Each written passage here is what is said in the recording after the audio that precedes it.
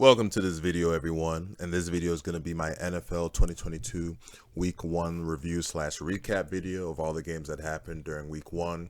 For these videos in this series, I'm going to wait till after the Monday Night Football game, meaning for this week after Broncos Seahawks, and then just go through all the games and things live up to expectations in terms of the outcomes, my picks, and all that kind of stuff. So yeah, for week 1, there's going to be a big theme that I'm going to go over at the very end of the video. But going through game by game, we started off Thursday night, Bills versus Rams, and the Bills definitely put the smackdown on the Rams. The game actually shouldn't have been. The game should have been actually a bigger blowout, just because the Bills gave the ball away with some good scoring opportunities in the first half. But once they stopped turning the ball over, it was just sort of game over, and they really just blew him out the building. I mean, Josh Allen, he was just unbelievable, even with those interceptions that he threw in the game, one of them not really being his fault. As for the Rams, I don't want to overreact, but I think they are missing some stuff on the offensive line. I think they could use a little bit more receiver help, mainly OBJ if he gets healthy. But yeah, the Bills definitely will be a great team. The Rams, I think they'll get better. And then you get to actual Sunday, your Sunday slate, your opening Sunday, Eagles-Lions. This was a game where I guess they made a huge comeback, and it was like, whoa, the Lions, even though I think they'll be better this year, they really were giving it to the Eagles. But the Eagles ended up coming back. The fact that they gave up 35 points to the Lions, a bit concerning, but in terms of offensively, they should be good, especially when you see it in their division standing, how they are compared to what the Cowboys are going to be facing. Now, 49ers-Bears, this is a game that I actually did watch most of, and the 49ers did seem to like they were being in control, even though Trey Lance and the team as a whole, I guess, weren't playing great. But the Bears, man, they just went on a major run in that second half, and then before you knew it was like, whoa, the 49ers are down by 9, and they lost the game. Yeah, Trey Lance, the fact that he's on a really short leash now that they've actually kept Jimmy Garoppolo as a backup, and versus the game against the Bears, it's supposed to be probably one of the worst teams in the NFL. And you lose one of these winnable games, so they got to start stringing together, or he needs to start stringing together some wins. Otherwise, Garoppolo will be back in the saddle in no time at all, because they're not going to waste the season and all that talent. That's for sure. Steelers-Bengals was the other game on during this time window. This one was on CBS, and then on my local station, the other game, 49ers-Bears, was on Fox. For this game, I did watch most of it also, and this was a game where the Steelers, where their defense came to play, picking up Burrow, 4 times or something like that, and they had a pretty solid lead. But then, when you got Mitch Trubisky as your quarterback, you're not going to be consistently dynamic offensively, and the Bengals were able to make a comeback just because the Steelers basically just stopped scoring in the second half. Yeah, it's a pretty wild ending in terms of missed kicks going to overtime. The fact that Bengals could have the chance to win it in regulation but missed the extra point kick. Yeah, it was a game to where the Steelers, this is how they're going to win, by kind of scratching and clawing out wins. Although if TJ Watt is going to be out for a while, their playoff chance is going to go way down. As for the Bengals, hey, you know what? Division rivalry games, you never know. I'm not going to overreact to this one. I think they'll still be a really good team. Your next game up on the slate, Patriots versus the Dolphins. This was one of the few games during this early window where there wasn't any big comeback, and the team that was in control mainly stayed in control, that being the Dolphins at home, who have just had the Patriots' number over the past few seasons. I mean, no one thinks Tua is a great quarterback, but he's won 4 straight versus Belichick and the Patriots. I think this game is said more, though, about the Patriots and how challenged offensively they're going to be, because I don't think the Dolphins were great in this game. I mean, yeah, they only scored 20 points, just that the Patriots were that bad, and I think it's going to kind of continue to be the theme, and it's going to be a rough season for them. As for the Dolphins, solid first win, good for their first-year coach. It was a lot of fun in that locker room, obviously, and I think they'll continue to get better. Like I said, it wasn't great, but I think there's more about the Patriots than the Dolphins. Browns versus Panthers, probably the most interesting game of the early window. Who would have said that a few months ago? But obviously, because of Baker, him facing his former team would have been more interesting if it was in Cleveland. But this was a game that featured another comeback, because the Browns were seemingly in control, and the Panthers just made a major run in the fourth quarter, actually taking the lead. But due to some shenanigans here and there, the Browns ended up taking this one. I do think a lot of people were rooting for Baker. I was rooting for Baker to win this game, just because I thought the Browns did kind of do him a little dirty, and then that nonsense of the whole guarantee contract for Watson. Yeah, no one should be rooting for the Browns this year. But hey, if they can string together some wins before Watson comes back, then they'll be in solid contention for the playoffs, or when he actually does come back from this 11 game suspension. Colts versus Texans, an AFC South matchup, and I just want to avoid all AFC South matchups this year. Yeah, the Colts Texans, you know what? I know the Colts were a lot of people's trendy pick to win the division this year. I don't know. I don't think anything in this division should be considered trendy. Just because I just think there's a bunch of ugly teams in terms of play here coming up. And yeah, Texans, Colts. The Texans actually were in control of this one. The Colts managed to come back. Ended up being a tie, 2020. Yeah, the less said about the AFC South, the better. Then you come over to the NFC South, Saints, Falcons. This was one where another comeback. Saints were down by a pretty good margin. They ended up making a big comeback. Jameis Winston played well. They're able to sort of settle down, get things going. Yeah, the Falcons are going to be considered probably one of the three worst teams in the NFL, at least prediction-wise. That's what I'm thinking. So the Saints better have won this game if they want to have a chance to sort of unseat the Bucs for the division crown this year. Ravens, Jets, probably the least surprising outcome out of all of these games. Just because, yeah, the Ravens, I mean, compared to the Jets and sort of their focus and all that kind of stuff, what the Ravens got going on, not surprising. And Lamar Jackson, the common theme for him is going to be making sure that he shows out in order to have that bank account go up significantly and actually getting the contract that he desires, even though, like I said, I think he's handling it kind of the wrong way, but whatever. Jaguars, Commanders, obviously not a very interesting game in the sort of the grand scheme of things. Commanders ended up winning this one. I think the Jaguars will be frisky this year and end up putting together a decent or solid season, at least compared to what they did last year. As the Commanders, you know what? This was actually a game that they needed, because I think that they're a team, and Rivera's a coach, where they're going to be in some big trouble, just because I don't think anyone's picking them to do much of anything. But them getting this win against a team that if they're going to do anything, they do need to beat. Hey, decent job for the Commanders.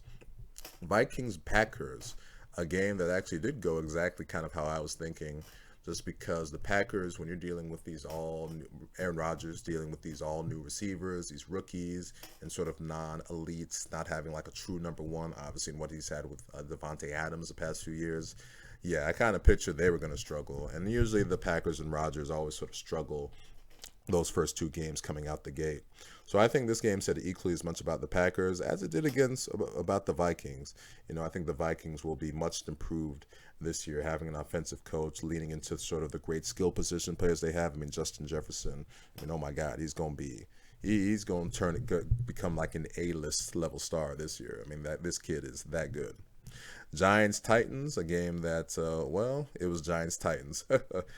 This game, I do think it was important for the Giants. It was meaningful, and you can tell in that locker room how much it meant, just because this is a team that's just been god-awful the past few years.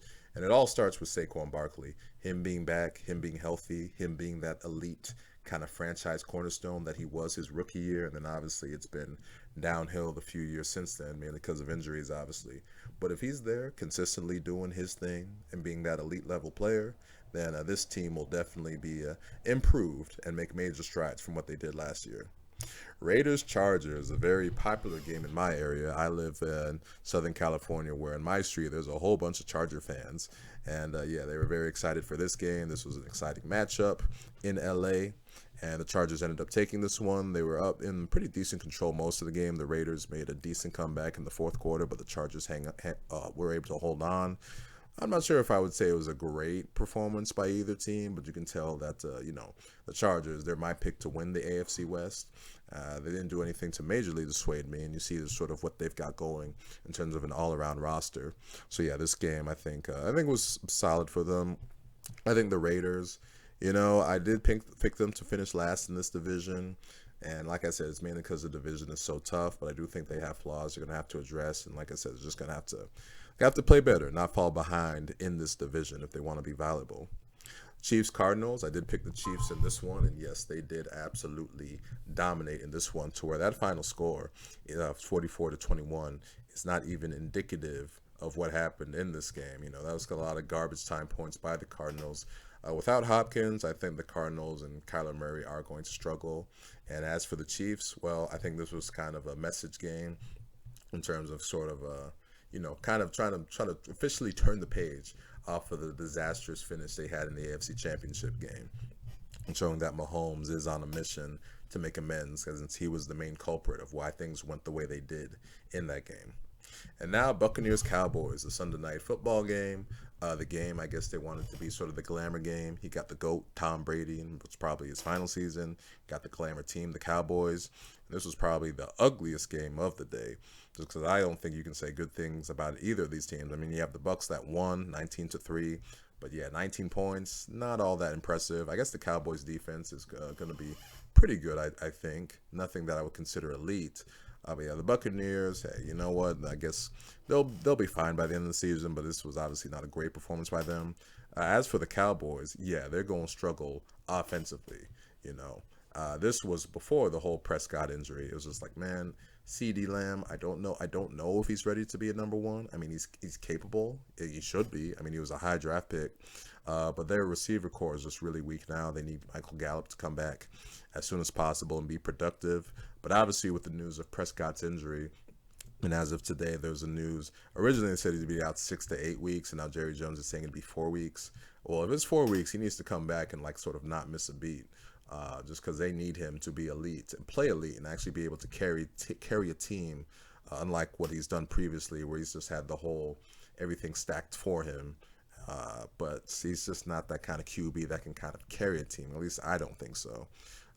Within these next 4 weeks, if that's so, if he's going to be out or longer, just got to find a way to hold their head above water, just because I don't think this division is going to be god-awful like it's been the past few years. I mean, hell, all the other NFC East teams won, this weekend. So the Cowboys are already behind the 8 ball. So yeah, if they lose all of these games, or if you say these next 4, if Prescott's out that long, they'll be in big trouble, and the season will be over before it even starts. Now you got the final game, Broncos versus the Seahawks. Russell Wilson's return game, a game that actually was oddly weird, just hearing Aikman and Buck on ESPN. That was amazing to hear, but I guess puts more of a glamour and emphasis on Monday Night Football, like how ESPN's been wanting to, just because it's been suffering a lot for the years. So that was amazing to see. And then, Russell Wilson coming out and being part of the Broncos now. But as for the game, you know what? This was one of those upsets that you could actually see happening, just because week 1, I mean, this is the Seahawks Super Bowl right here, as they're not really predicted to do a whole lot this year. And, most people are picking them to be last in their division. But they played with a lot of heart, a lot of spirit. I mean, most of that great effort came in the first half, with Geno playing well. Second half offensively, they didn't really do anything, and they had to sort of hold on for dear life. And then I guess at the end, you saw sort of the rookie doldrums of their coach, the new coach of the Broncos, Nathaniel Hackett. The decision to kick the 64-yard field goal, I don't know. It's probably not great odds in that situation. You might be better off just going for it on 4th down. But this was a game, even though the final score was only 17-16. It was a fun game to watch. A lot of drama, a lot of emotion with Wilson's return. You could tell it meant a lot to the Seahawks. So yeah, this was still a fun game. I think the Broncos, I don't know, it's kind of half and half. I think a decent amount of people are picking them to maybe win the AFC West and maybe be tops of the whole AFC. Not me. I picked them to finish 3rd in their division, but still make the playoffs, just because when you're dealing with the rookie head coach and some injuries they suffered in the offseason here and there, I think they'll be solid and viable. But in terms of being the top of this division, oh no, not for that. But for me, I think the common theme I want to go to for what this week 1 represents, is that the preseason now, it's become so trendy now for star players, mainly quarterbacks and others, your main skill position players, to not play at all in the preseason. And you saw that this week. There was a stat. The stat is that the total the win-loss thing for QBs that did not play in the preseason, 3-8. And he just had a lot of sloppy, bad play. With Rodgers, Wilson wasn't great. Stafford wasn't great, obviously. Just a lot. Brady, I mean, I guess he did play a little bit. But yeah, Kyler Murray and all this other stuff. Derek Carr, it's all the preseason is there to get some actual live reps. And I'm not saying QBs have to go out there and play an entire preseason game. That's insanity. But to play maybe a quarter or few series here and there, just arrogantly skip out on the preseason Well, that's why you get a whole lot of sloppy play right here. Joe Burrow, you know, that's one where I know he was going through some stuff, but he didn't play in the preseason. You saw him; his timing, you know, 4 interceptions. So I hope this is a trend to sort of move away from like players just arrogantly or just not playing in the preseason. I think it's insanely stupid. Got to be out there, and the only way you can get ready for football is to, well, play football, meaning play the preseason. Like I said, not playing the whole game, but at least play a few series here and there to get your actual live reps. Because even a preseason game is much different from practice. So there you go. So you have your week 2 slate coming up, some decent games here and there. Great to have the NFL back, and I'm glad I was able to finally start this series I've always wanted to do with my week 1 review, and I'll be back next week for reviewing all of the week 2 action. So if you made it to the end of this video, thank you for watching.